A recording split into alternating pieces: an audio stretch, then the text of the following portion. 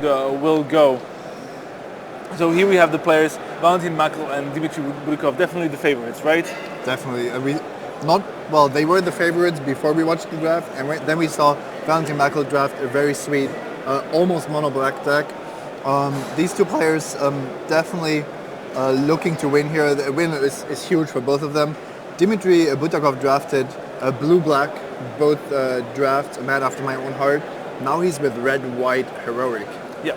That's a big change. He has some powerful rares, I can tell you that much, but he isn't too happy with his deck. No, he thought it could have done that better. It does have some good cards and definitely can win some games. And we saw Valentin Mackl actually doing something that you predicted, that he struggled to build his deck. He had actual problems putting a deck together because he had a lot of cards, had to decide on a strategy and didn't have maybe enough cards for all the strategies that he wanted to implement. I think he drafted very well, and even though I would have taken some other cards, one thing that I wasn't too sure about was if he was constructing the deck in his mind when drafting, because that probably could have affected some of his decisions regarding the curve or the devotion count, maybe even the decision whether to pick up that second ring steed rider or not. As I know Valentin, actually every time he is on camera at the European GP, and he was 2 weeks ago during GP Antwerp as he was playing for top 8, he actually rewatched this whole match and tried to see if he made any mistakes, and he thought he did a few, but overall he felt he played quite solid, only losing a few matches to not make it into the top 8. Here he will probably beat himself up about the few mistakes he made when he played the last round against Roberto Maestro. But I think he wasn't too concerned about that. Yeah, I still think he will rewatch the matches and see how he did, as well as definitely rewatch both drafts that we covered. The first draft of day 2, as well as the top 8 draft right here. So it's quite valuable information also to get some other ideas about what people think about what he did. So now we are starting here. I see planes. Yeah, Valentin does have planes in his deck, but only for a couple of white cards. I think 3 or 4 maybe. Yep. One fun fact about this top 8 that there is another 3 black cards in all of the other 7 decks combined. So I did a quick count of that. One player is splashing some black cards. Yep, there's a Crown Hoplite from Dimitriy Butakov. He does have 2 of these. We know Valentin actually has a triple Farika's Cure to handle these, but starts off with a Fleshmet Steed. And it looks like he doesn't have the second Swamp for Farika's Cure, and he doesn't have the third land either yet. Yeah, Rageblood Shaman. There's the second Swamp. He must have breathed a sigh of relief there. Yeah, and that means that Farika's Cure could come down, or one of the 3 drops. We see a Blood Troll Harpy, but no. Yeah, it takes away the Farika's Cure. Misses an attack maybe with the Fleshmet Steed though. I think the Shaman is a 2/3 okay, yeah, Minotaur you're right. We haven't seen the Minotaur Shaman too often. Is it Rageblood Shaman, I believe? Yep, it is. 2/3 Trample, and other Minotaurs also get +1/+1 and Trample. Yep, that's correct. I thought it was a 2/2 for a moment. The Fleshman Steed now holding the fort. Another Swamp from Valentin, so he's making nice progress. He also has a Divine Verdict that he can get rid of one of these creatures. Just swings for 2 though. Maybe followed up with a Disciple Phoenix? No, just another Farika's Cure. This time attacking. Yeah, I think Valentin's deck is very well positioned against what Dimitriy is trying to do here. Having triple Farika's Cure against the Toughness Light deck of Dimitriy will serve him very good. Interesting decision to spend the Farika's Cure to get rid of the Hoplite when the Fleshmet Steed would have just been able to trade with it. Yep. There's a Borderland Minotaur, which is now a 5/4 Trampler. It is a Minotaur, so the Rageblood Shaman does pump him up. He does have a Divine Verdict and a Keepsake Gorgon in his hand, so... The attack with Fleshmet Steed is telegraphing a Divine Verdict quite heavily here. Yep. There isn't many tricks that Butakov... Valentin could also have a Boon of Erebos. Always the card that somehow the ultimate trick in the format. But... he could play the Gorgon here as well, but probably just Tormented Hero, tapped of course. He just drew lands straight off the top of his deck. Definitely very helpful, and he knows that he won't be able to block the 5/4 Borderland Minotaur because of Rageblood Shaman, but is he actually going to tap out for the Gorgon here? Yeah, he might just play the Tormented Hero and pass with Divine Verdict mana up. On the other hand, passing with Divine Mana, Verdict Mana up when you have a Keepsake Gorgon in play is a lot more exciting. Yep. But given that the Gorgon can't block the Minotaur, the 5-power Minotaur, it's probably correct to just rely on the Divine Verdict. Yep. And then it's going to be interesting to see if Dimitriy actually plays around it.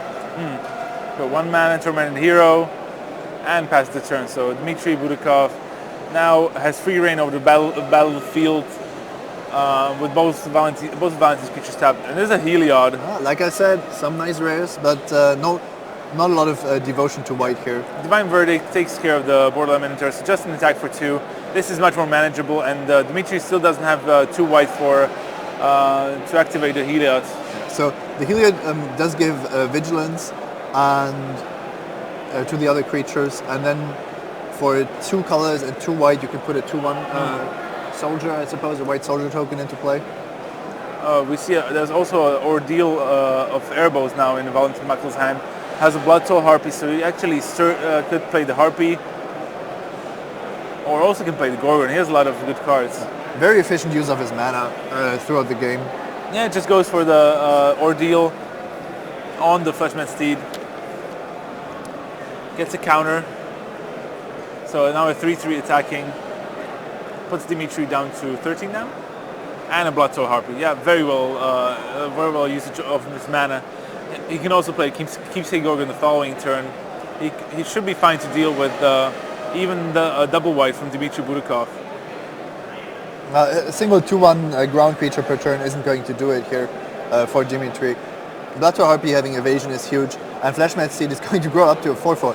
2 Satyr Ramblers? Satyr Ramblers. Now the board is 4 2/1 creatures with a Heliod potentially producing more. And Fleshman Steed only outgrowing this because of Erebos's Ordeal of Erebos. Yeah, that Fleshman Steed will attack though again, and the Harpy as well. Yeah, you see Valentin is a little bit nervous here, sloppy with his play.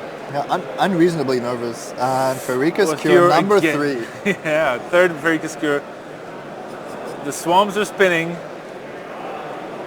So he gains 2. Get rid of the Rambler. The Fleshman Steed is now a 4/4. Will be a 5/5 on the following turn, while also discarding some of Dimitriy Butakov's cards. I have to think that Dimitriy knows that he's up against a monster, and he hasn't even seen the late game. He hasn't even seen the good cards. That's the thing. There's this Grey Merchant would come down. It would drain for 6. Yeah. And we know Valentin has 3 Grey Merchants of Asphodel in his deck, so.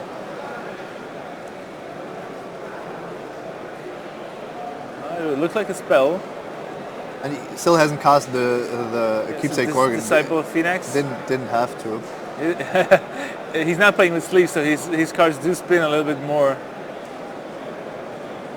than you would think. So it keeps up 1 white. There's a Disciple of Phoenix, so actually Dimitriy Butakov doesn't want to reveal any more cards. I'm not showing you my lands. Yeah, that was very fast. So Dimitriy Butakov 1 game up on down a game to Valentin Mackl. We're now going to have a look at a different match. Remember, the bracket goes down like this. The winner of this match will play against the winner of Samuel Marti against Alexei's License, and the other side of the bracket is Andriy Gusiev against Piero Lombardi, playing against the winner there, playing against the winner of Roberto Maestro against Eddie Chaletsky Cuenca. So Valentin Mackl, as we expected, with a good start to the top 8. I think he will do really well against Dimitriy Butakov's deck, just because the Farika's Cures are so effective against what Dimitriy has. This is really interesting. Maybe I'm missing something, but I see a Divine Verdict and a Heliod's Emissary in white. No Unknown Shores, and oh yeah, the 2 gold cards, Sentry of the Underworld and Triad of Fates. And that leads to Mackl playing 11 Swarms and 6 Plains. It's quite a lot of planes. So here we see Roberto Maestro playing against Eddie Chaletsky Cuenca.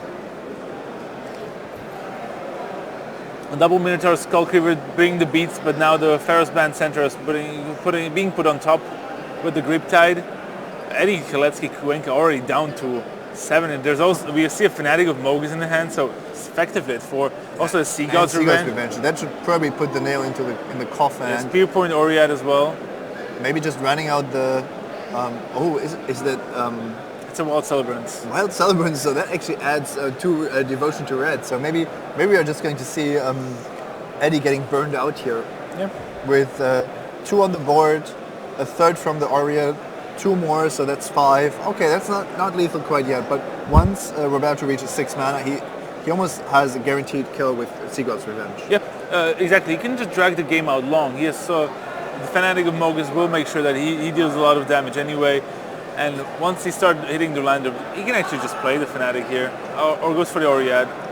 I like playing the Fnatic also, because that's fine. There is almost a guaranteed win anyway with the Seagod's Revenge, so putting some more pressure on the board is definitely correct, or definitely good. But on the other hand, the 3/7 is a reason not to even go for the Fnatic. Yeah, Roberto just wants to draw some lands, but okay, Coordinated Assault. Is that actually enough, maybe? Go for Fnatic of Mogus, so shoot for 4. Eddie Cheletsky Cuenca down to 3. Yeah, and that means Coordinated Assault is huge. Yeah. Every single creature is lethal, and also kills the Nylea's Disciple if necessary. So here's a Titan Strength in his hand. I quite like Maestro's deck. Looks very aggressive. Yeah, the Centaur on Eddie's side, the 3/7, Shuai Nakamura's new favorite card. Is looking pretty good in this matchup, but overall, it's just about not being able to protect your life total. And then you look at your hand, and it has Fade into Antiquity and Rage of Perforos, and the opposing side is really, really threatening. In fact, it's lethal right now. Yeah. It has to be something that's okay. Rage of Perforos from Eddie Cuenca, but doesn't that just mean that he's dead? Yeah, Roberto is going to show him the Coordinated Assault, and he isn't even risking anything against a single green mana. Yep. Eddie would need, let's say, a Sedge Scorpion, but then Coordinated Assault is still an absolute blowout. Yep.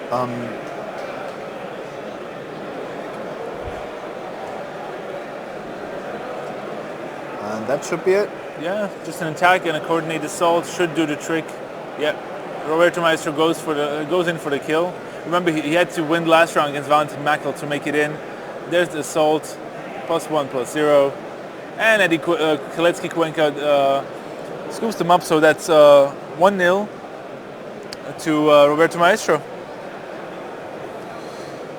Yep, the 2 Spanish players playing. Whoa, this is a busy board. We'll have trouble reading this one. I see, okay, so it's the 2 green decks against each other, meaning that it is Samuel Martí against Alexei's License. More importantly, though, it's Thassa and Arbor Colossus against Polychronos World Eater, and also a Vulpine Goliath, Reverend Hunter. A small, what is it, 7/7 Reverend Hunter? Yeah, 6/6 or 7/7. Yeah, well, I can't quite make it up. This Vulpine Goliath as a side note on top. Yeah, it's too small to make an impact. Absolutely sick board. Yeah, remember Thassa? Actually, the ability to give creatures unblockability is huge. Yeah. This reminds me of Proto Theros. To be honest, the green ramp deck and Thassa in the blue devotion decks, playing pivotal roles in that top 8. Yep. So 2 mana. Not 2 mana. Revealing the Voyage's end, or maybe just... only to us, though. Maybe just thinking about activating Thassa here to get in for sure. Does Samuel Martí have any reach creatures? Don't think that can block the Flyers, so Horizon Scholar might be... Now we see the problem. Alexei's License on the right, Samuel Martí on the left. Alexei is only on 8, though. Yeah, so... And with six lands, can't even threaten to monstrous Dacianas. Knows that he has to get aggressive because the board isn't favoring him. Yeah, I'm not sure the names are right. I was pretty sure I saw Samuel Martí with the Arbor Colossus and Boon State and Prophet Prefix. Yep, as you can see, that's Alexei's License there on the left. So we have the names the wrong way around, it seems. So the Polukranos gets bounced on Alexei's license side of the board. And this is just a case of doing the comment math here, with Tassa probably guaranteeing a win here next turn. It might be that way. We're trying to get the life totals and the names updated as we go. I would expect the life totals going from 21 down to 12, and that would mean an unblockable Arbor Colossus plus the Flyer would deal the necessary amount of damage. But not if Wave Crash Titan gets targeted or something else happens here. Yeah.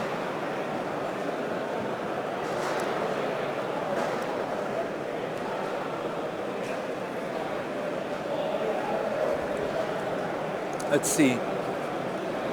What can Alexei's license do in this situation?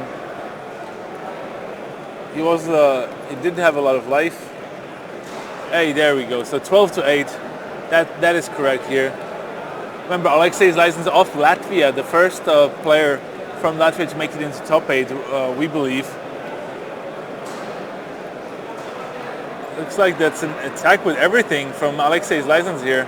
Yeah, so not even playing Polukranos and maybe trying to get rid of the set score. Oh, okay, no set scorpion. Just all the creatures are too big, so leaving out all the mana as a trick here. Okay. So there we see. That's a good view of the board. Horizon's Call will block Nylea's Disciple, looks like. Nesting Courser will chump block the Reverend Hunter, and the Asp will block the Wave Crash Triton, which is much bigger than it looks. And there's just a Polukranos and an island in Alexei's license hand, so... But now the Horizon Scholar is exposed to the Polukranos trigger. Sure. However, Thassa, with 2 islands in play, can make both Arbor Colossus and Nesting Asp unblockable. Cool, yep. So the Wave Crash Triton actually survives because it has 6 toughness against the Nesting Asp. So Alexei was maybe looking forward to drawing a card. It's not the case. Some of them are down to 1. And Nesting Asp, which is why he had to think so long about his life total. Nesting Asp took 3 damage here. Oh, that's it. Okay, we see a scoop here. Otherwise, with 4 plus 7 with 11 mana, Alexei would have been able to kill both Nesting Asp and Horizon Scholar with Polukranos. Just wasn't able to. So could have just killed 1. Yeah, it was actually a close game in the end. Samuel Mario dropping all the way down to 1 before stabilizing with the Thassa. And we're going to go to Roberto Maestro against Eddie Cheletsky Cuenca, while getting updates from the other matches as we go. Immediately when we know a result, we will report it back to you. And now we get to see if Roberto Maestro can manage to have a quick start again with his Minotaurs. Double Skull Cleaver looks is very good. Yeah. Especially turn 3 and turn 4, it's a lot of damage. And especially if your opponent is on a slow start, maybe you have a 2-drop that's even better, then you can actually just get in there, and the opponent never wants to trade with a powered up Skull Cleaver. Most of the time they want to wait and then dominate it with a 3/3, but that means an additional 4 points of damage. Yep, that is correct. So Roberto Maestro does have the advantage. Remember, we only had around 1,100 players at the start of day 1. That means that only the top 4 will get the qualification for a Pro Tour Born of the Gods in Valencia in 3 months' time. So the winner here gets to go to a Pro Tour, also gets a flight, which is for these players, it's probably the least relevant part, as both players are from Spain. Imagine being from Valencia, just walking here to the venue. We also have an update that Andriy Gusiev is up a game on Piero Lombardi with what was described as a colossal air force. Probably a lot of flyers on Andriy's side of the table. So we now know that Valentin Mackl, Samuel Marti, Andriy Gusiev and Roberto Maestro are all up a game in their quarterfinal matches. Let's see if Eddie Cheletsky Cuenca can turn around. I spoke to him trying to get the pronunciation of his name right. Funnily enough, he only found out about 1 year ago how to properly pronounce the Polish part of his name that he got from his grandfather. Oh, but that's an important information. It is. Good to know. All his life he was pronounced it as Cheleki, but then he learned that it's Cheletsky. So here we see Fire Drink Satyr from Roberto Maestro in his hand. That will be a very fast start, but doesn't seem to have too many lands though. Well, even though there's some islands. 2 islands and a mountain. Oh, a great Seven curve Rumbler. and I really like this deck. Just curving out very aggressively. There is an Ilias Disciple to worry about, and we've seen Fire Drinker Satyr been too weak this weekend also, but I like the 2/1 1-drops. Yeah, so here's a Fire Drink Satyr. Can trade with the Hedonist if Eddie Kalecki Cuenca wanted to. Interesting if Eddie actually brought that in to have an early blocker. It's great. It's a great blocker against Minotaur Skull Cleaver as well. He trades here, and I just saw the Skull Cleaver in Roberto Maestro's hand. So if Eddie Kalecki Cuenca didn't have the 2-drop, he could have been on the receiving end of a lot of damage. If Roberto has lands. Yeah, but there's another island, and Fastest Emissary is also about to come down. Yeah, he also has a Fanatic of Mogus, so some very good cards in his hand. But now Flamespeaker Adept, that's a good blocker. Eddie with all the good answers this time. Oh, interesting dynamic. Now you have the aggressive deck with the Seagull's Revenge. So kind of wanting to draw all the lands, but in a sense wanting to keep on the aggression also. So here comes the Skull Cleaver. Comes to play. It's +2/+0 and haste. So attacks as a 4/2. Yeah, and this is just what I was saying. You don't want to trade your 2/3 for a 4/2 when you know that 4/2 turns into a 2/2. Yeah, the following turn. But there's not a Skull Cleaver. So, as well as the Fanatic of Mogus to worry about. And it's just, Roberto actually can just play creature after creature on the board. Each one of them looks threatening, and then just Seagull's Revenge the whole board and attack. And then you suddenly regret taking 8 damage from 2 Minotaur Skull Cleavers rather than trading. Yeah, that's why Eddie Kalecki Cuenca might actually decide to time to feed here, just to stop the bleeding and be at a healthy life total. But no, goes for the Agent of Horizons first, without any blue. The Agent is looking pretty weak here. No mana for the off-color activation, but also a 3-drop that trades with the 1, the 2, and the 3-drop that Roberto Maestro has played. Yeah, we also know Roberto has a Coordinated Assault, so if at any point Roberto attacks with his creatures, there's a big threat of the assault. By that you mean it's in his deck? Yes, it's in his deck. It's not in his hand. It's in his deck. So, but for all Eddie Kalecki Cuenca knows, it could be in his hand. Yeah, definitely. That's the thing. That means we see everything. Blocking with both creatures, if Roberto should attack with both, is a huge liability. But that's an attack that Roberto only does if he has the assault. Otherwise, he can't risk it. So now the question is. The problem with the Skull Cleaver now is that the Agent of Horizons is probably happy to block. Yeah. Which is something that you actually don't want. But I mean, it's fine. And with the Seagull's Revenge, 2 4-drops, Roberto is looking to run out the Thassa's Emissary, I'm quite sure, because the curve of that fills the curve from 4 to 6. Yeah, I would love to see Eddie playing his Spark Jolt here. Doesn't block. Doesn't block, takes the 4, dropping down to 12. He probably feels he has to establish a board presence. Spark Jolt for the blowout, that would have been absolutely amazing.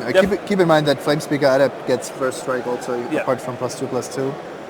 That's why it's a decent card if you have a lot of Scry in your deck. Now Eddie, surely, he could play the Nemesis Mortals here for 5 mana only. That's also a very valid line of play. Nemesis of Mortals, a card that you can accelerate out with Satyr Hedonist on turn 3 if you want to do that, and maybe that's the reason why the Hedonist is in his deck. Yep. Flamespeaker Adept attacks, no fear. Eddie's playing this super aggressively. Yeah. Not blocking with the Agent, but now holding back with the Agent, even though it's not really trading with anything. Yeah. And his best blocker is just attacking. Yeah. But without fear. now he has a better blocker. But this would leave him so wide open to a Portent of Betrayal, for example. Portent of Betrayal would be incredible, but Roberto doesn't have it, and he also doesn't have his 4th land. Yep. Here's the Spirit Point Oriad, so adding another creature to the board. Eddie Kalecki Cuenca can maybe start thinking about attacking with Nemesis. It is huge, and Roberto is tapped out, only on 3 lands as well. And time to feed will definitely kill something here now, won't it? Yeah, the thing probably is, post-combat. The thing about Nemesis is that Roberto could just triple block it. Sure. He's risking a lot, but he isn't winning the race currently at all. And he's far away from casting Seagull's Revenge. So it's, I mean, sure, Eddie can time to feed, adapt with Oriat, for example, and then attack with the Nemesis Immortals, and then the triple block would mean that it's a 3-for-1. Yeah. So And that would be great. that would be great for Eddie. Yeah. The thing is, Eddie doesn't know that Roberto is holding 4, 4 and a 6 drop. Yeah. So that Roberto actually wants to keep his creatures. From Eddie's point of view, the triple block with the 3 2/2s is quite realistic. And then he's looking at the lightning strike in his hand and might just go for the value play here. So 3 mana, time to feed. Also still has the lightning strike mana up, so important as well. Yeah, which means that actually time to feeding isn't all that important. Yeah, And especially not through Nemesis Immortal, because now it has taken 2 damage from the Oriad. And still, if Roberto managed to double box here, then the lightning strike will be the complete blowout. yeah, I think the time to feed means that Eddie is declining. Oh wow, very interesting play. I He's think. playing very aggressively. Yeah, I mean he does have the lightning strike for a blowout, and this attack makes sure that there's going to be blocking. He did gain 3 life of the time defeat, so he can actually afford to be aggressive. Well, he would have gained 3 anyway if he did it with the flame speaker. Sure, yeah, of course, but I mean, in general, he now being up to 15, he can afford to be aggressive.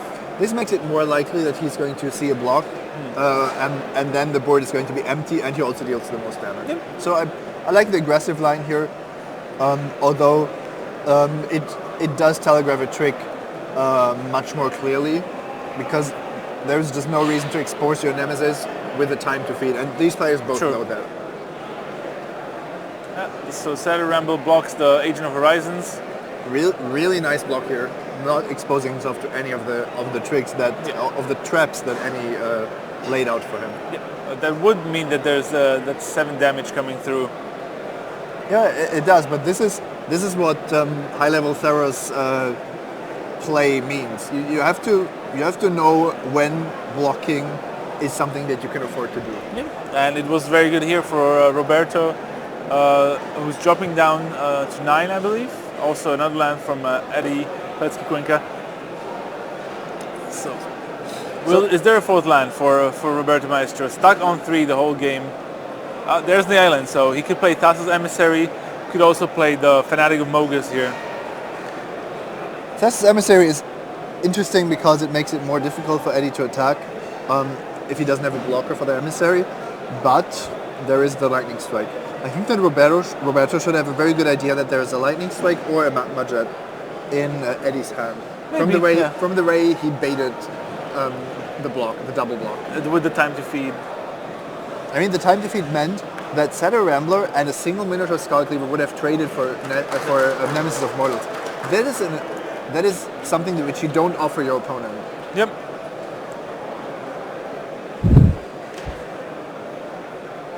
It could also be a Savage Surge, of course, but nope. So Fanatic of Mogus takes 3. All right, we get an update from the feature match area. Valentin Mackl advances to the semis, defeating Dimitriy Butakov 2-0. So our first semi-finalist.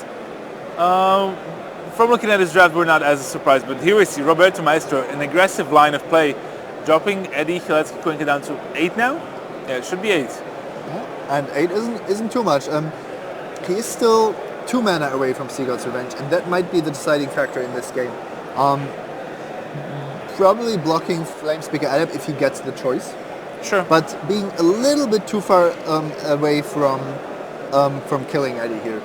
Portent of Betrayal would be absolutely huge. Eddie has in a sense revealed that he has something, also by thinking a lot with his remaining card in hand. The thing, there's 2 creatures in Eddie's graveyard. The Nemesis of Mortals monstrosity ability now costs 7, and he's on 6 lands. So I think he's maybe thinking about Lightning Striking the Fanatic of Mogus. If he draws a land, he has the win. If he doesn't, he's still in great shape. And if he doesn't, I expect that he won't attack with Flamespeaker. Yeah, I would have expected him to kill the Fanatic of Mogus in response to his ability, but then Roberto wouldn't have attacked. Or was it after the attacks? I'm not exactly sure. Well, there was a slight pause, so he was definitely thinking about it. But sure. Okay. And it was before the attack, so he would have given that information. Wouldn't have attacked. Yeah, you're right. So doesn't appear to be a land. That would have just been slammed down here. Now,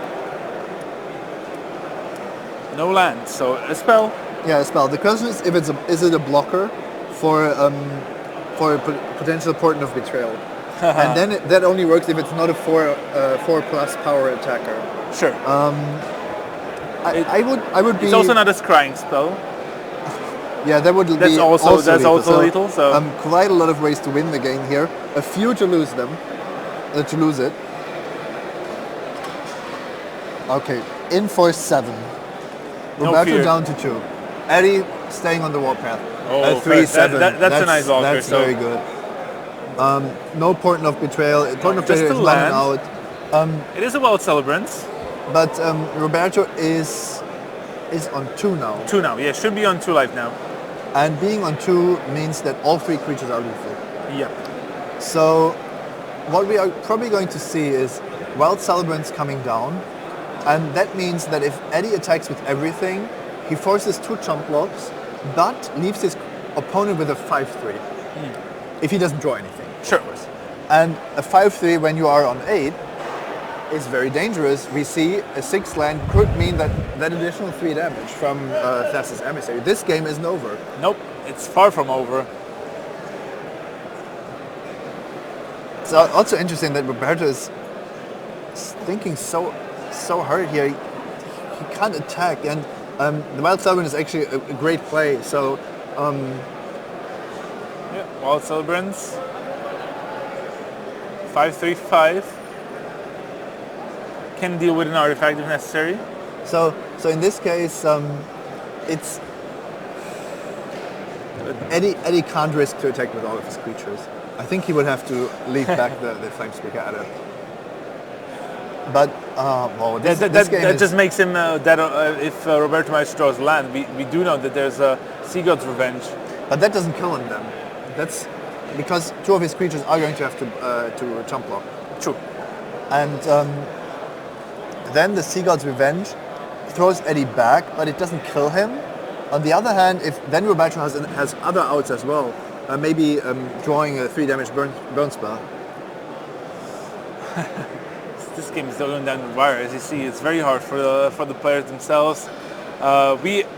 We have the luxury of having the information. It's a setter hedonist.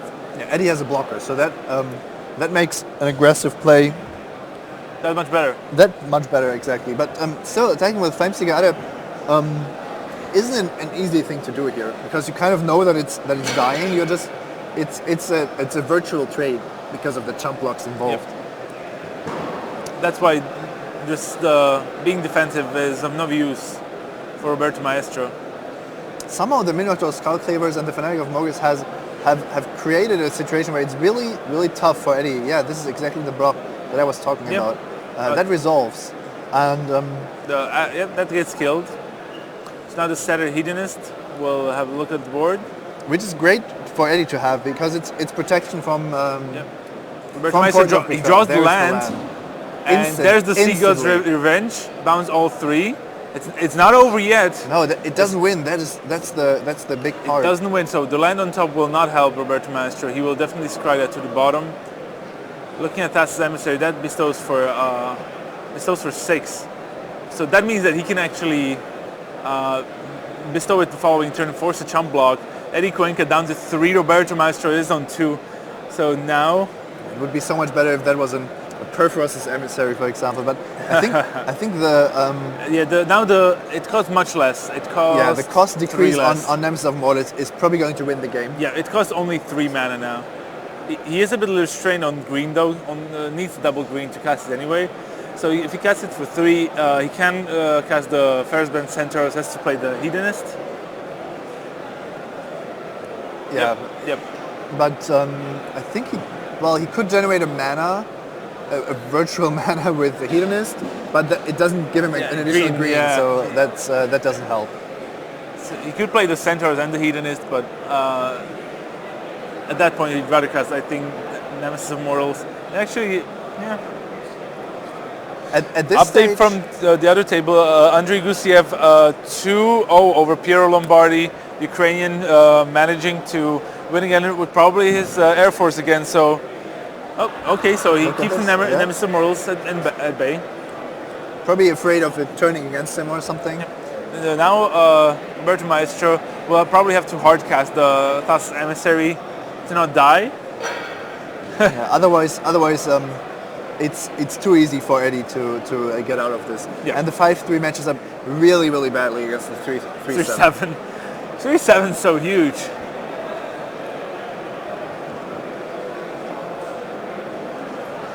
So what will Roberto Maestro do here?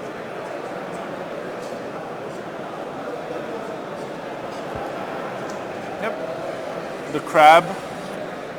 Cease play.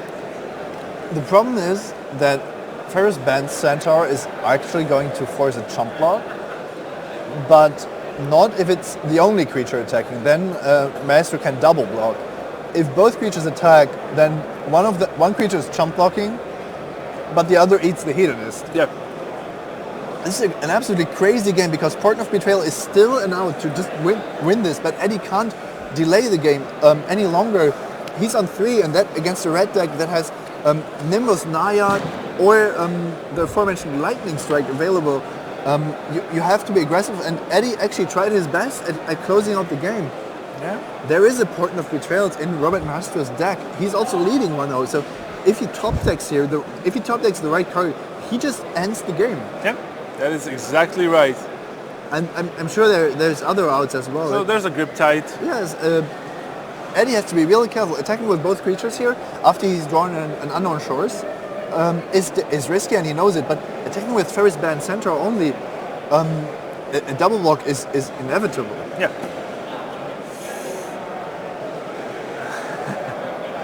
Very close here. Both players are going down to the wire.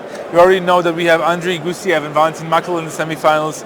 Will Roberto Maestro join them by winning this game, or will Eddie Kielewski-Cuenca have one more game to turn around? Here comes the Theros Band Centaurs only. Eddie can't risk it.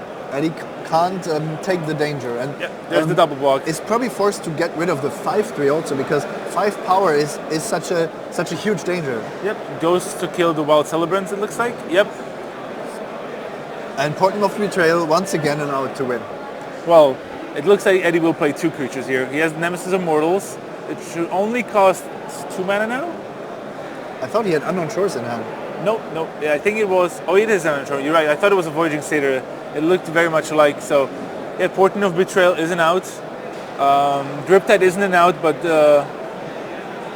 definitely would prolong the game for a little while. Well, Griptide actually... isn't good, really. Yeah. It does force a chump block, but then you basically lose to the Nemesis, so you might actually have to delay it, and that's not what you want to be doing, I'm afraid. Eddie plays the Unknown Shores, so revealing that he has no more cards left in his hand. Which doesn't really give away that much information. Most of the spells would have won the game, and the creature he would have Tapping played. top of the deck, it's an island, joining the that's mountain in tough. his hand. Yeah, and Roberto Maestro scoops them up, doesn't delay the inevitable. There was the ill-tempered Cyclops on the top of the I think I would have let my opponent actually do the attack. Sure.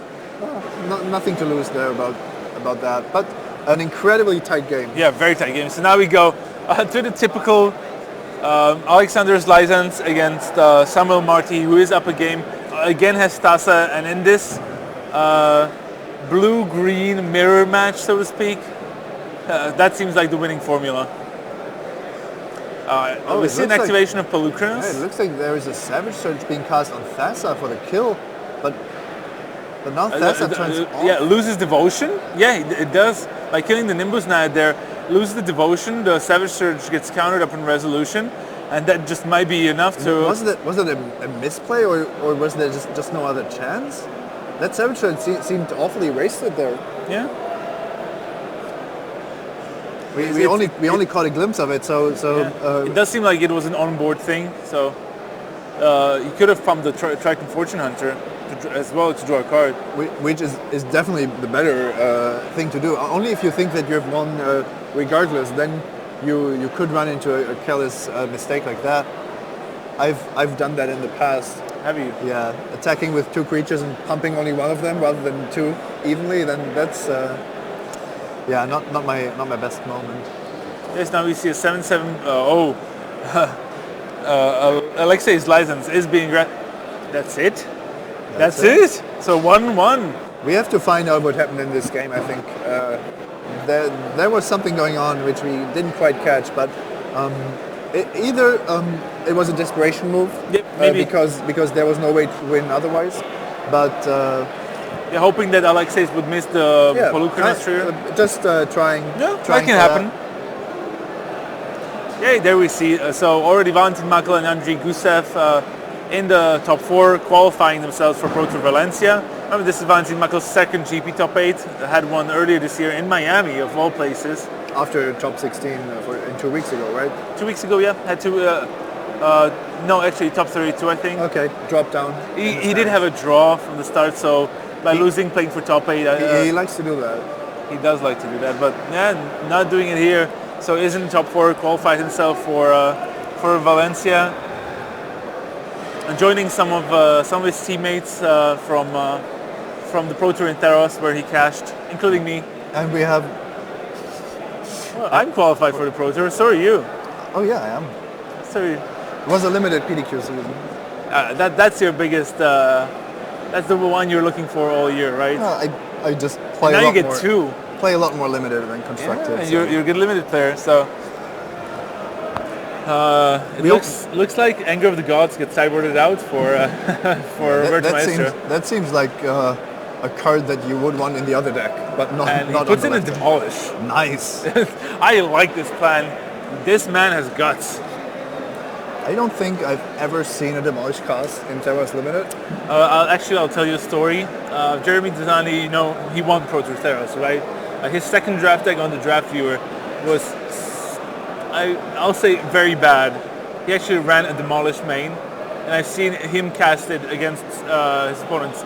Not once, but twice, absolutely mana screwing their opponents and winning with creatures of quality such as the Theros Warden and others.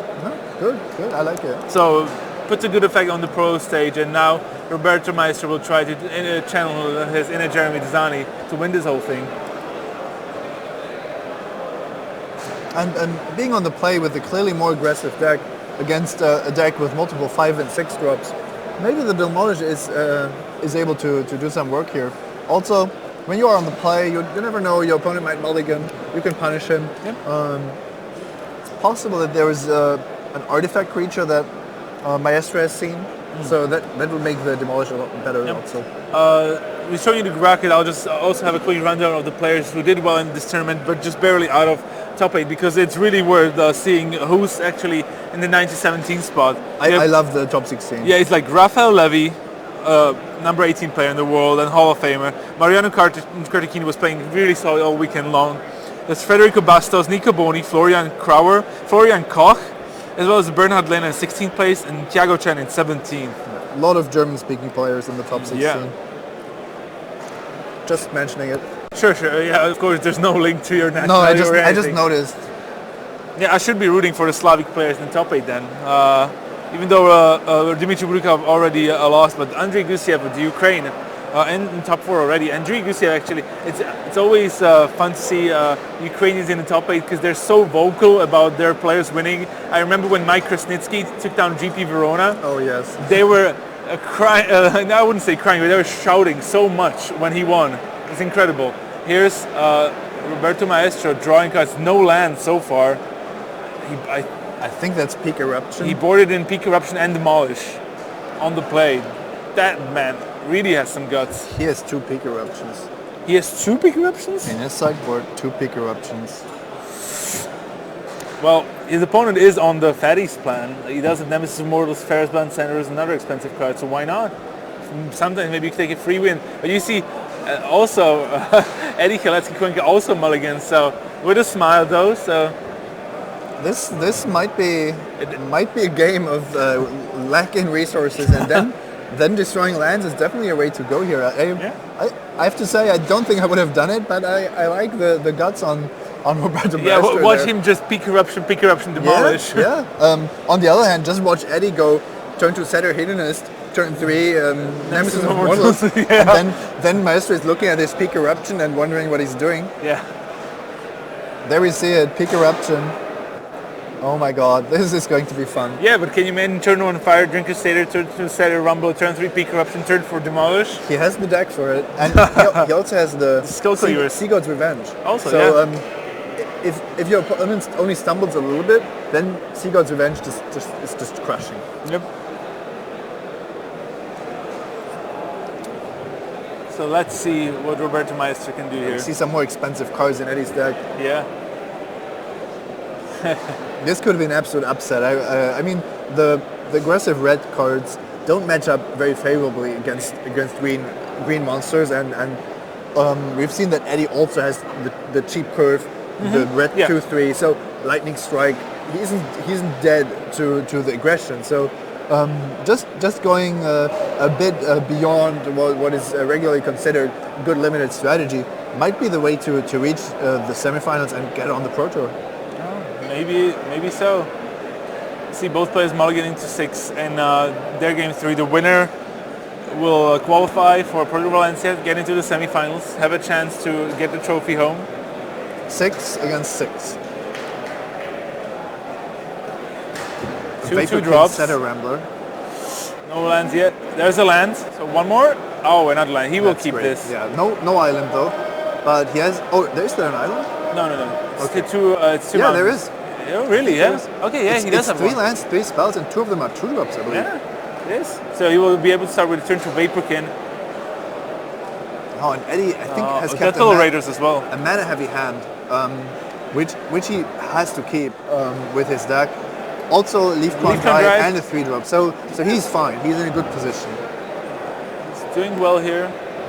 Can drop the Dryad and trade off with the Vaporkin if he wants to. Starts with Voyaging Satyr. That's pretty good.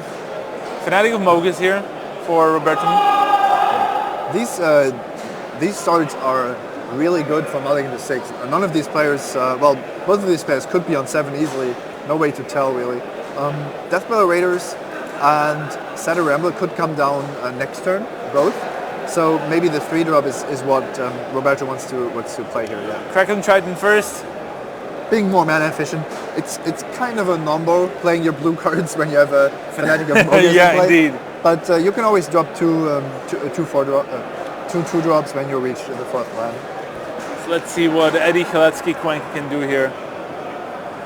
He does have Nemesis of Mortals in hand as well as an Agent of Horizons. Yeah, just plays the Agent here. Yeah, the Agent isn't the best card in the matchup, but it's a 3-drop and that's important. Yeah, Ill-Tempered Cyclops. That's great on 4, but now Yeah. Roberto really needs the land. Yeah, he only has the Deathbell Raiders in his hand for in addition to the Satyr Rumble that he has in his hand since the opening. So attacks with both here. Currently, the Deathbell Raider is still free to attack, but it's already a liability. Whoa. So And offering up the trade here. it's possible that Roberto is thinking about activating the Triton, but he has a play, so that can't really be what he wants to be doing. On the other hand, Deathbell Raider is already quite bad because we're reaching Nessian Asp territory. Yeah, we know even though Eddie Chaletsky Cuenca might not have a Nessian Asp in his deck, ooh, he goes for the Voyaging Satyr. It's the land destruction plan. Yeah, and 2 damage as well. But now Eddie can just maybe bestow Leafcon Dryad and start bashing for 5 a turn, which is a big cloud. Also has Nemesis of Mortals, which he can play the turn afterwards. And then Rage of Perforos as well. Then the power, the 4 power on Fanatic of Mogus might be very important. Yep. I don't think Roberto would mind a Peak Eruption here if Eddie doesn't have a good play. But yeah, if there's... Yep, there's the Leafcon Dryad play. Attack for 5. The race is on. Also giving reach if it should come to that. Yeah. Roberto, he does draw the land, so he will attack for 2, bring Eddie down to 14, and then play both of his red 2-drops. Do you think he just wants to take another 5 here? No, I think so too. Yeah, I think so. Because that's his overall aggressive game plan. Yeah. It does seem that that's what he wants to do. Eddie could just hold back and ambush the Deathbell Raider. So it's not as clear cut if you you just want to have the 4 power creature in play. Yeah, or maybe just play the Ill-Tempered Cyclops first. Goes for the 2 drops. He wants to maximize the triggered ability on the Fanatics of Mogus.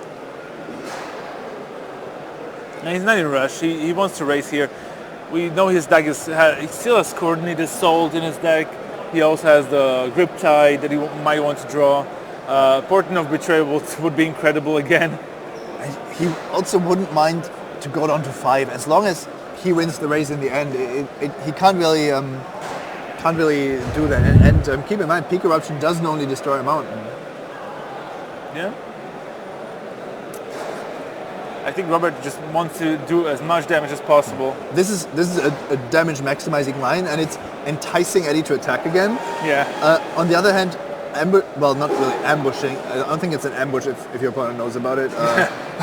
Just putting a roadblock in front of Death Battle Raider. Yeah, if Eddie stays back now, Robert is in a lot of trouble because I think we'll see either Rage of Perforos or Nemesis of Mortals here. Actually, Eddie can just cast Nemesis of Mortals. Yeah, exactly. So just get in for 5, and then you have 2 creatures in play that threaten lethal in conjunction. Sure. So Portent of Betrayal for the win? No, it's only 11. Yeah, it's only 11. So Only.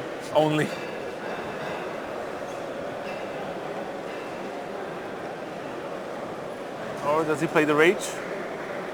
No, Eddie is super safe from Portent of Betrayal because he's threatening 10, and Portent of Betrayal doesn't change that. So Maestro would even have to hold back a creature, and then the damage output is reduced to 9. Eddie would go down to 5. I don't see a danger of playing the Nemesis of Mortals here. Yep, there he is. Only costs 5 because the Voyaging Satyr is in the grave already. So the mana denial plan not working in this game. There is a Spear Point Oread, another red creature. No 6 mana to bestow it. So Death Battle Raiders, they'll crash into the Nemesis of Mortals. It looks like. With the Fanatics, Eddie is down to 11, and then Vaporkin is going to take him to 9. True. But even if Death Battle Raiders and Voyaging and Satyr Rambler attack, then that's only down to 7. Yep. Maybe if Eddie is on nothing, Roberto can engineer a top deck of Portent of Betrayal again. Yeah, but playing the Fanatic here and attacking with everything means that he is actually dead. We know that.